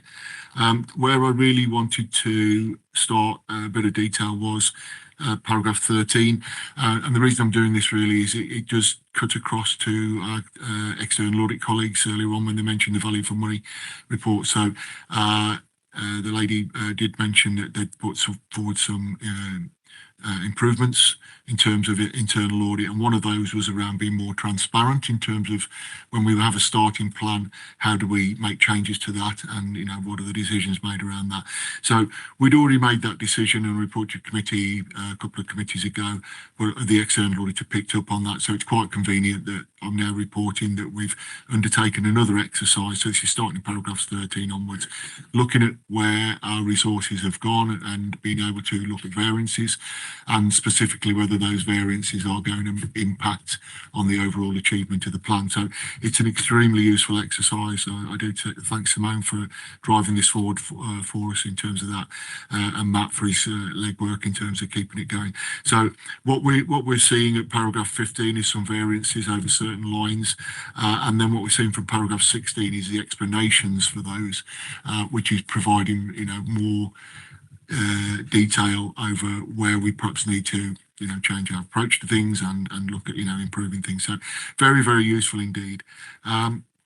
We haven't actually made final decisions on audits that need to be postponed or scoped, but we're getting into that sort of frame of mind now where we can have those conversations with Simone. So I just wanted to bring that to your attention. And then the final part of the report really starts on sorry, lost my train of thought a bit here. Paragraph 19 through to paragraph 31. So this is the position with the internal audit service provided to East Midlands Shared Service. I tried to split this in the first few paragraphs up to 24, provide a little bit of background, but also a reminder of how things progressed, including up to the September committee, and also how you wrote chair to your counterpart at Nottingham City. And then the final part of the report is what happened next, if you like, and that provides in sort of sequential data order what happened after that committee and your letter. And I think really, without dwelling too long on it, I hope members have read it and can see and agree with me. I think there's been some really positive movement since that last committee meeting in your letter, and with the pressure has been kept on Nottingham City. They have worked to get things around, and they've been the 24-25 audits are in train. In fact, they're slightly ahead of where they thought they were going to be when they reported here to September, and they're certainly on track or reporting they're on track, giving us assurance to be completed in the year. There is still some debate to be had though on future years. I know Simone is on the case with that, but I think overall it's fairly positive in terms of where they are now. I don't know whether Simone wishes to add anything else on the future years, but I'll take any questions on the whole report. Thank you. I think it is a lot more positive than it has been in the past. Simone, do you want to comment? As Neil said, in terms of the 24-25 position, we are much more comfortable with the progress that is being made and the resources that's available. In terms of 25-26, there was an action for Nottingham City's officers to report to Joint Committee next week on progress and on options for 25-26 service. That isn't coming to Joint Committee as far as I'm aware. It's not on the agenda now, but we are aware that they are doing some work at an officer level to look at what options are available, and they are discussing that with their equivalent of their CMT imminently. I think it's a little bit unfortunate that we haven't been engaged with that as yet, but at least there is signs that they are working on it. My only caveat to that is there have been some further changes at sort of senior finance management at Nottingham, which could delay things further, and I think that's what we'll need to keep on top of. But we will raise it at Joint Committee on Monday and ask for a progress update. Thank you, Simone. I think bearing in mind the new financial year starts 1st of April, you've alluded to the fact that really by the end of January, we do need to have some definitive answers. Bill? Yes. Going on, Chair, page 199, item 32, resource implications. Little alarming that what's stated there. One vacancy, another one coming on mid-December. No doubt we're doing something about recruiting those positions, are we, rather than just using agency staff? Yeah, the long-standing one, we couldn't recruit into that because we had a position where staff were too being out, so we kept that vacant for a while. But that's that. The most recent one was a bit of a shock and a surprise to us. A long-standing member of staff, and we're sad to see her leave, but it's a choice she's made. What we decided to do is to take stock of our service as a whole in terms of what we got in terms of provision. So those conversations have already started with Simone, and what we have done by having the vacancies is to create a bit of budget surplus. So we're going to see out the end of the year, the end of the financial year, using agency staff, but we won't appoint those until the start of January because coming up to Christmas, it's just the wrong time to have paid for staff sitting around if people aren't around to audit. So going forward is more important in terms of the, closure of this year is important, obviously, by using those staff, but going forward with the new structure design and using the money from savings we've made is going to be very important. Okay. No doubt we're coming back to us, Chair, with what's happened. Can you give us a verbal update what went after Christmas? Yeah, sorry, of course. I mean, there will be, we'll be looking at sort of March before we get anything. So it'll be probably too late for the committee in terms of the timing of the committee. So it might need to be June committee that bring forward a sort of where we are in terms of our services. Okay, that's all right, Bill. Certainly June. So we will bring it forward. Are there any other queries and questions? No. So we're asked to note the progress on the internal audit work undertaken by the implementation of the high importance recommendations and the reprioritisation of the County Council audit plan. To note the update on the audit plan for the East Midlands Shared Services together with options for the future. Is everybody happy to note that? Yeah, that's everybody. Thank you. So moving on to item 1. I'm sorry to interrupt. I think you're aware I have another commitment. I am. Neil, before you take the next item, may I be excused? Of course. Are we still going to be quiet? We are quiet. We are indeed. Well, I'm grateful. Otherwise, I would have offered. Thank you, Neil. All right. Thank you.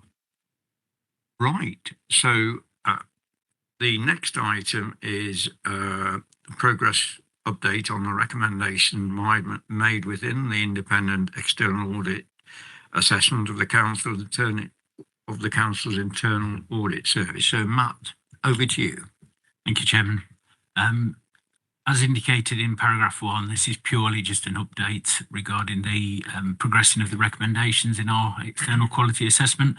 Let me just say EQA for short going forward because it's quite a mouthful. I don't intend to dwell on paragraphs 2 to 5. I think it's suffice to say everyone's aware we had a robust independent external assessment, and at the 20th of May committee meeting I informed the committee that we generally conformed, which was the highest rating. And it was a really positive report, and it scored us extremely highly, both in our own sector and against other sectors as well. So that was really good news. However, as you'd expect, the assessor made a series of recommendations, the even better ifs, if you like, and we've put those in a table and rag rated them from did a rag rating as explained in paragraph 7 of the report. So you've got high matters that are red rated, obviously, mediums are amber, and low priority areas are green. Paragraphs 8 and 9 are worth noting as well, though, because we had quite a few areas of good practice, or classed also a summary of good practice, and we feel it's vital not to lose sight of them. They might have considered they were good practice, but they're only good practice at a particular time. So we've emphasised those areas of blue areas in the table and called them maintenance targets. It's really important that we keep those up to date. Paragraph 10 also talks about, and we've already heard from Neil in agenda item 10, of the fact that we've put target dates in for implementation, but we wait further clarification from SIPFA on the local government application notes for the global internal audit standards. So we want to overlay those which may result in a few changes into the targets that we've put there. We aim to put the improvements in as soon as possible, though, obviously due to a collective strong desire to achieve prompt continuous service improvement, as you'd expect. I don't intend to dwell on the detail at all unless anyone particularly wants to in the appendices, but I just wanted to just pull out a few key themes, which is obviously the action areas.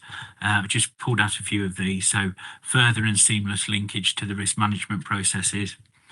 Assurance mapping of where we, and indeed this committee, can place reliance, reviewing our performance indicators, and then linked to that, sort of reviewing our documentation as well, so our terms of engagement, audit report and such like. And then just a few of the maintenance examples that are down there. So maintaining good templates and checklists for quality control, continuous update of our audit manual, and continued sort of good client relationships, and continue with good customer satisfaction, client satisfaction. So really, in concluding, I'd just say that from the EQA, we've got maintenance targets in now. We've got areas for further improvement. We're already, as you'd expect, we're already working on these. We've got an ambitious desire to implement improvements as soon as possible without losing sight of our maintenance targets. As you'd expect, progress is being monitored by Simone, and we'll report back to this committee in a timely manner. I'm happy to take any questions, or indeed Neil will. Thank you. Thank you, Matt. Any questions or queries? No. No. Okay, so we're asked to note the draft EQA action plan, associated implementation dates, and the desire to regularly update the committee regarding progress. Is everybody happy to do that? Yeah, that's everybody. So on to item 13, is the Local Government and Social Care Ombudsman Annual Review 23-24. We've got Chelsea O'Neill, Corporate Complaints and Information Services Manager, here to present this item. So Chelsea, thank you for coming this morning, and over to you. Thank you. Yeah, so just an overview of the Annual Government and Social Care Ombudsman letter and an update on complaints. And so if we start with the Ombudsman Annual Review, we had 104 complaints and inquiries that were received via the Ombudsman throughout the financial year, which was an 8% decrease from 22-23. The number of ombudsman decisions also decreased throughout the year from 127 in 22-23 down to 96 for financial year 23-24. 29 of the decisions were that the complaint was premature, meaning that the local authority were still investigating, so there was no further action on those. The Ombudsman completed 35 detailed investigations throughout the year, and remaining cases were dealt with during an assessment stage, so they didn't require any further investigation. Ombudsman complaints related to different service areas, but the majority related to education and children's services, adult social care, and environment and transport. Of the 35 detailed investigations that were completed, fault was found in 29 cases, which is a slight increase if you look at percentages overall from the previous year, because it would equate to 83% of the cases received in comparison to 81% for the previous financial year. Throughout the year, we did see a decrease in the financial remedy that was determined by the LGO. The amount throughout the year was £24,656, which is a significant decrease from £68,495 for the last financial year. This is reflective of the approach that's probably taken towards remedy in the early stages of the complaint. So they're being appropriately remedied prior to the LGO, which is contributing towards the decrease there. And positively, there were no public reports throughout the financial year either. So moving on to the complaints update. If I start with the corporate complaints, we had a decrease in the number of overall corporate complaints that were received throughout the years. Increase, sorry. So we had 1,112 complaints received in comparison to 781 the previous year. Of the number of complaints received, 519 were upheld, which is a slight decrease from the previous year. And we did see an overall improvement in response timescales across both stages of our corporate complaints, with 76% being responded to within 20 working days, and 60% of the stage 2 complaints being responded to within 20 working days. Common themes for corporate complaints related to SEN assessments, SEN and school transport, school admissions, waste management and grass cutting. Moving on to adult social care complaints, we had 382 complaints recorded throughout the year, which is a significant increase from the previous year, increase of 87% from 22-23. Also did see an improvement in the timeliness of responses, with 79% of the complaints being responded to within 20 working days. And fault was identified in 37% of the complaints, which is a slight reduction from the previous year. And finally, just covering off children's social care complaints. So we had 129 children's social care complaints that were handled under the corporate complaints procedure and not the statutory children's procedure. 81 complaints were accepted at stage 1 of the statutory process, which was a decrease again from the previous year. 9 complaints went on to a statutory stage 2 and 5 went on to a statutory stage 3 complaint panel. Response timescales overall for stage 1 complaints showed improvement. There was 63% that were responded to within 20 working days, and we did see an improvement with the stage 2 responses and some of the stage 3s. However, they are a bit more complicated to organise, so we were not quite as within the timescales on those ones.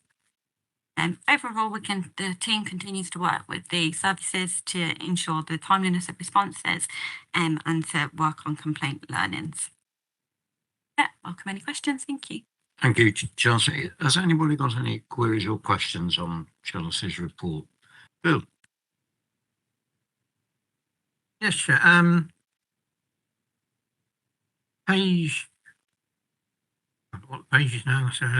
253. Some cases there with quite substantial amounts of money being paid out. 5,200, 2,800. You know, it's eye-watering figures. Is this the scale set by the Ombudsman what we have to pay, or is this locally determined? That's we have to pay. Chelsea, over to you. Yeah, so these are the payments that the Ombudsman have determined that we have to pay in line with their guidance. So I think they're just having a quick look, the ones that you're referring to are where there's been a loss of education in place for a child. So the LGO or the Ombudsman will set a guideline which on average is around about £25 per day that the child is out of education. So we do follow their guidance, but these are all the ones that they've determined in line with that. Right. Okay, thank you. Overall, though, the amount we've paid out this year is less than previous years. Yeah, so although it's no complaints are good, but it's almost inevitable with an organisation this size we are going to get some. Yeah. So we're asked, if there are no other queries or questions, we're asked to note the report and comment on it, and you have commented on it. So is everybody happy to do that? Yep, that's passed. Thank you very much, Chelsea. So, Kay, over to you. So the item 14, Supplier Code of Conduct. Kay Springthorpe, Head of Procurement and Supply Chain Management, will present this item. So over to you, Kay. Thank you, Chair. We've had the Supplier Code of Conduct in place since 2018, and we implemented it as an outcome of a Home Office pilot project that we took part in to tackle serious and organised crime. Annually, we review the Code of Conduct and bring to yourselves any significant amends. The last significant amends were 2021. This year, we are proposing to make some significant amends to the code that require approval. We've essentially included 3 new clauses to the code, one for supply of products and product safety, and that's to ensure that the legal requirements around product safety and product suitability are clear to our suppliers. We've added in one around information management to ensure that suppliers understand the expectations of us and the legislation around data protection and cyber security, which obviously, as you're all aware of, is something that's quite important at the moment. And we've added in a new clause around artificial intelligence to ensure that our suppliers understand the transparency requirements around using artificial intelligence in our contracts. So we do include clauses in more detail that cover these areas within our contracts, but we thought they required a place in the Code of Conduct. The other amends proposed are more minor and are only really strengthening the existing provisions that exist in the code. And just to be clear, the code places no additional requirements on our suppliers other than those that are laid down by the law. So I'm just here today to seek approval to proceed with introducing the amended Supplier Code of Conduct that's detailed in Appendix B, and to seek delegation for minor amends to the Director of Corporate Resources following each annual review. Thank you very much, Kay. Has anybody got any queries or questions? No, it's a fairly straightforward report. Thank you very much, Kay. So I'm happy to move the 2 recommendations on page 269 to approve the revised code and delegate authority to the Director of Corporate Resources to make minor amendments to ensure that this remains fit for purposes. Do I have a seconder? Thank you, Terry. All those in favour? That's everybody. So thank you, Kay. So final report is the quarterly Treasury Management Report. We have Nick Walsh, Head of Finance, present. So over to you, Nick. Thank you, Chair. So yeah, this report, starting on page 291 of your pack, summarises the position as at the end of Q2, the 24-25 financial year. Paragraphs 2 to 7 are just the usual reminder of the policy framework for Treasury Management and what the committee's responsibilities are in respect of it. Starting at paragraph 8, highlighting the key points that came from Link's economic summary, which is attached at Annex A. And just to pick out that during the quarter, CPI inflation increased slightly from 2% to 2.2%. And actually it was expected to rise further in the following months, but as paragraph 11 states, it did unexpectedly fall back to 1.7% in September.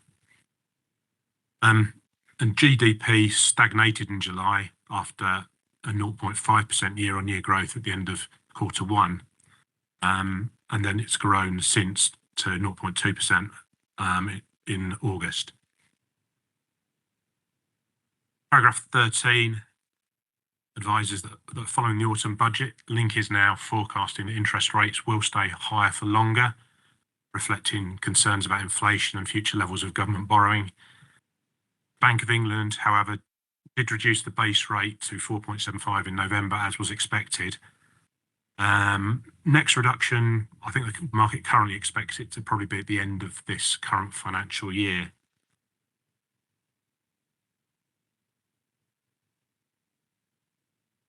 Paragraphs 15 to 20 summarise the position with respect to the Council's private debt and bank risk shareholdings. In respect of the 2017 Partners MAC 4 fund, we received a further 0.9 million of capital during the period, which leaves just 2.6 million of that still invested. We also received 1.7 million back in relation to the MAC 6 fund, 1.3 million of which was invested capital and the other 0.4 million was income. And then for the Christopherson Rob fund, we got a 0.9 million of income from that fund. No capital was returned during that period, and there's still no movement on the MAC 7 fund at this stage. But again, I think it's worth noting and positive that all of the funds continue to show a net asset value in excess of the remaining capital investment on them. In terms of short-term investments, table in paragraph 21 shows the balance of short-term investments increased slightly during the quarter. Well, not slightly, actually quite significantly during the quarter, 409 million up to 443 million. And during the period as a whole, 119 million of loans matured, which were at an average APR of 5.67%, and 153 million of new loans were placed at an average of APR of 5%. The weighted average maturity has reduced from 185 days to 150 days. This kind of reflects a tendency for us to perhaps put some of the investments over sort of shorter periods as interest rates have begun to reduce.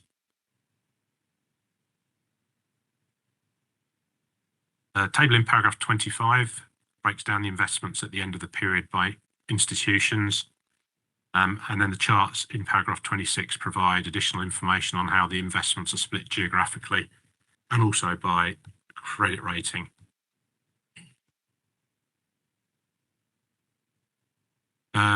Move to the section starting at paragraph 26 and the accompanying charts.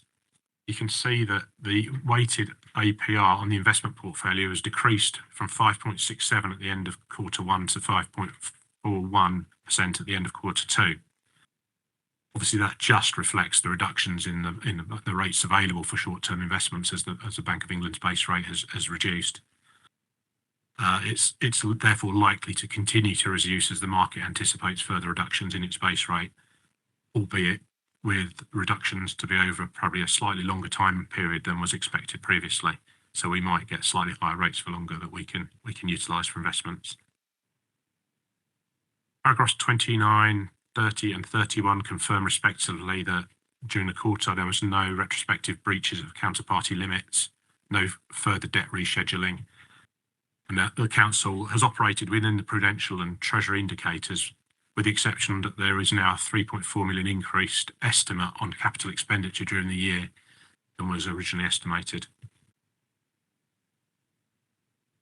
Finally, paragraph 32, I think this position hasn't changed significantly from what I reported last time, but we currently estimate that we will receive about £20 million worth of bank interest over the year, which is 6 million more than we budgeted for at the outset. So thank you, Chair. Thanks for that report, Nick. Fairly straightforward report and no bad news at all. Has anybody any queries or questions on it? No? Right, so we're asked to note the report. Is everybody happy to do that? Yeah? Yeah, that's the unanimous, so that's noted. So, the date of the next meeting is the 24th of January 2025 at 10 o'clock. There are no urgent items. I finally just say thanks to Mr. Coxon for attending and substituting for Mr. Champion this morning. And that ends today's meeting, and it just remains to wish you all a Merry Christmas if it's not too early.